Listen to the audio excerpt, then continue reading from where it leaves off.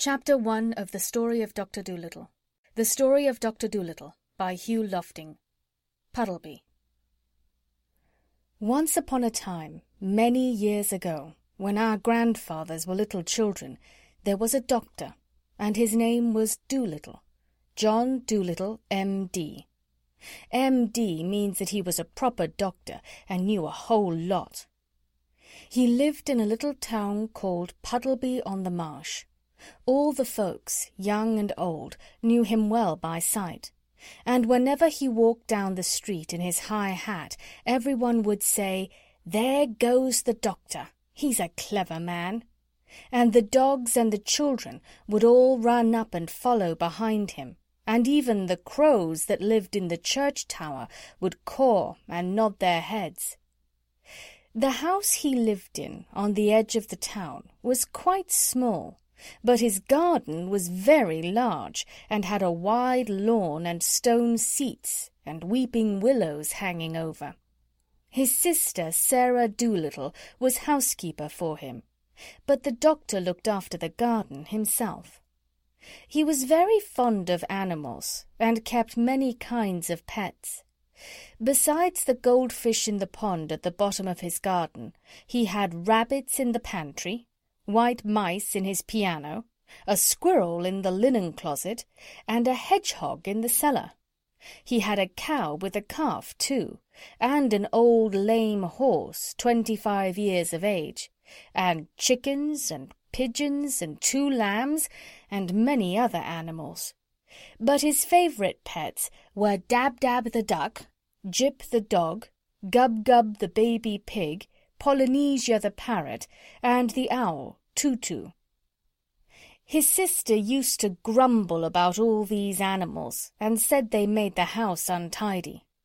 And one day, when an old lady with rheumatism came to see the doctor, she sat on the hedgehog who was sleeping on the sofa, and never came to see him any more, but drove every Saturday all the way to Oxenthorpe, another town 10 miles off, to see a different doctor. Then his sister Sarah Dolittle came to him and said, "John, how can you expect sick people to come and see you when you keep all these animals in the house? It's a fine doctor who would have his parlour full of hedgehogs and mice. That's the 4th person these animals have driven away. Squire Jenkins and the parson say they wouldn't come near your house again, no matter how sick they are. We are getting poorer every day. If you go on like this, none of the best people will have you for a doctor." "But I like the animals better than the best people," said the doctor. "You are ridiculous," said his sister, and walked out of the room. So as time went on, the doctor got more and more animals, and the people who came to see him got less and less, till at last he had no one left except the cat's meat man, who didn't mind any kind of animals. But the cat's meat man wasn't very rich, and he only got sick once a year, at Christmas time, when he used to give the doctor 6pence for a bottle of medicine.